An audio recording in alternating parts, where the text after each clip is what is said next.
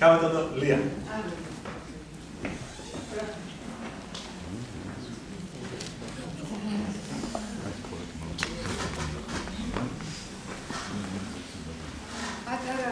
ლირიკული წიაღწევით მინდა დავიწყოთ, თუ კი ამას ლირიკული ეთქმის. იცით, ჩვენ ცხოვრებაში, საქართველოში იყო ასეთი პერიოდი, როცა საზოგადოება ისე იყო ჩართული ლიტერატურულ დისკუსიაში, როგორც ახლა პოლიტიკაში ვარ ჩართული. დისკუსია ცოტა სასაცილო და უაზრო იყო, აქვს თუ რომელზე აქვს არსებობის უფლება ვერლიფს, თუ კონვენციურ ლექსს. მე მაშინ ვერლიფს ვწერდი, რასაც ახლა ეპატაშს ეძახიან და აღარ მიყვარს ეს სიტყვა, ახალგაზრდული კეთილცობით და მეტიჩრობით, რა თქმა უნდა ვიცავდი ვერლიფს. და ამ დროს დაიბეჭდა ნათობში დათო წერეთიანის ლექსები. და ისეთი მუსიკა და ფერწერა და მშვენიერება დამემხო თავზე, რომ აი ამ კამათის დეკორაცია სასწრაფოდ ფარდა ავაფარე. წავიკითხე ეს ლექსები დღემდე, აი სანამ ეს წიგნი გამოვიდოდა, გააყვითლებული, დაძველებული მნათობი მიდევს საწიგნო მაგიდის უჯრაში. წავიკითხავდი ამ ლექსებს ერთხელ, წავიკითხავდი მეორედ, მერე გავიდოდი სახლიდან, მოუბრუნდებოდი, კიდე წავიკითხავდი. მერე მეწყებოდა პერსევერაცია, აკვიატებული მქონდა რაღაც გავთავდა და როგორც ჩანს მე და ქალბატონი ელისოს გემოვნება ბევრ რამეში ემთხვევა ერთმანეთს. აი ალბათ სიცოცხლის ბოლომდე დამრჩება ტროპარის ნუსხურ გზაწვრილზე თეთრი მტრედების ხედან ან რაჟამის დაიწყებს ივლისი ულოს გვირგვინთა ახტას კვლავ ბრუნდება კვირიკე თავის პატარა საყდარში კედელს ნოტიოს სადაც ზეგარდმონებით დაუკეცია ანგელოს ნელსელდიანი ფრთები.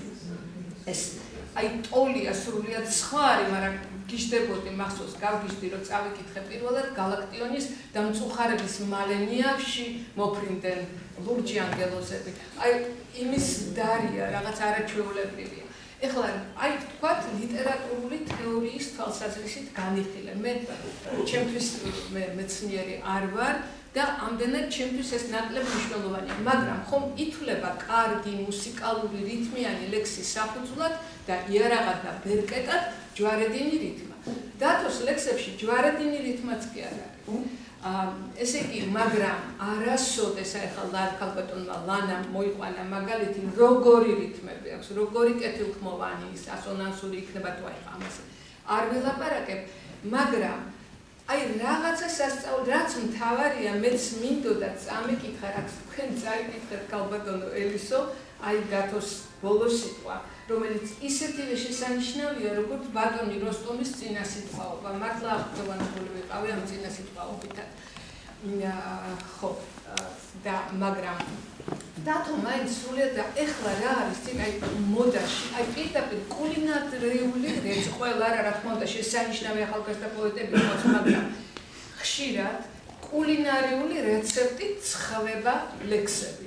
ცოტა სექსი, ცოტა არანორმატიული ლექსიკა, ცოტა ის, ცოტა პატარა მეტაფორა, რაღაც რა თქმა უნდა გაცვეთილი, ანჟამბამენი აუცილებლად, იმიტომ რომ ეს ქვაკუთხედია თანამედროვე ლექსის, ეს ანჟამბამენი გვაქვს ყველას, მაგრამ არ არის ქცეული მაინც და მაინც აუცილებლობად და არ არის თვითმისანი. აი დათოს თვითონ ამბობს, აი ეს მუსიკა, ეს ლექსი არის ღმერთისგან, ერთხელ დათომ მითხრა, რომ ვიღაც მწერალმა თქვაო, მე მგონი თვითონაც არაცოდა, ორ სიტყვას რომ მე ვიგონებ, ერთი ჭერიდან ჩამოდისო. აი ესე ჩამოსდეს. პირიქით ჯუბი. დათოს სიტყვები ნამდვილად ჭერიდან და ციდან მოდის, ეს არის ღმერთის ლექსიკა. და აი ქალბატონმა ლანამ თქვა, რომ არავითარ დეფინიციას პოეზია არ ემორჩილება, სწორია, მაგრამ ჩემთვის ყველაზე მნიშვნელოვანია ლორკას აზრი, რომ პოეზიაში მთავარია დუენდე, ანუ ხიბლი. თუ ეს დუენდე არ არის, როგორც გინდა გამართე ლექსი, რაც გინდა დაწერე, არაფერი არ გამოვა და აი დათო წერეთიანს ეს ამბა თვითონ ამბობს, რადგან სიმღერის ბილიკი უფლის წყალკოდზე გადის. აი მისი სიმღერის ბილიკი გადის უფლის წყალკოდზე სწორედ. აი ეს პატარა წიგნი გამოვიდა ორიონი, ყდაზე აქვს ღამის ცა. შიგნით ყველანაირი ცა, დღის, ღამის, საღამოსი და მიწასთან ერთად ქმნის რაღაც მართლა სასწაულ და საოცარ სახეებს. კიდე გამეორება გამომივა და არ გამოვა ის ძალიან მომწონდა დარიჩინის გუდე გაკრავს ტკივილის და ამბრის ახარ, მაგრამ ასე ადამიანებს, ვისაც უყვარს ლექსი, მსგავსი რაღაცები მოსწონს ხოლმე. ეხლა რა უნდა, როცა ლექსს ვკითხულობ, ჩემთვის უხმოდ, მაშინ ისეთი შეგრძნება მაქვს, რომ აი სცენარი ამომდის თვალში თითქოს და ტოტები და ფოთლებით ყველაფერს ფარავს და ბრმა ვარ ყველაფრის მიმართ აი ამ ლექსის გარდა. როცა ხმამაღლა ვკითხულობ, მაშინ ყურები მევს კარგ ლექსს, აი ასეთ ლექსს, მევსება მუსიკით და თვალების სამყაროთი. და მინდა ჯერ მინდა თქვა და მე გადავალ ლექსი მინდა წაგიკითხოთ, იმიტომ რომ თუ აი თანაშეგრძნება გაგვიჩნდა აი ამ ლექსის წაკითხვის მიმართ. აი ამ ლექსის მიმართ ეს არის ლექსით ნათესაობა, რომელიც არანაკლებ ძვირფასი და მნიშვნელოვანია ვიდრე სისხლით ნათესაობა და გაცილებით ნაკლებია ალბათ ვიდრე განსჯა და გონიერი ანალიზი. მე დათოსთვის მემეტება ყველა ეპითეტი თუ კი რამე არსებობს, მაღალი, მაგარი, დიდი, შესანიშნავი, შედევრები უწე, მაგრამ ეს ის არ არის, რომ ჩემი სუბიექტური დამოკიდებულება, დათოს მართლა ეკუთვნის ეს ყველაფერი. აი ახლა მინდა ორი სტროფი წაგიკითხოთ, ახალი ლექსი, ძველი ლექსიდან ფოთოლცვენა, რომ არ შეიძლება, არ შემიძლია ეს არ წაგიკითხოთ, მოკლედ.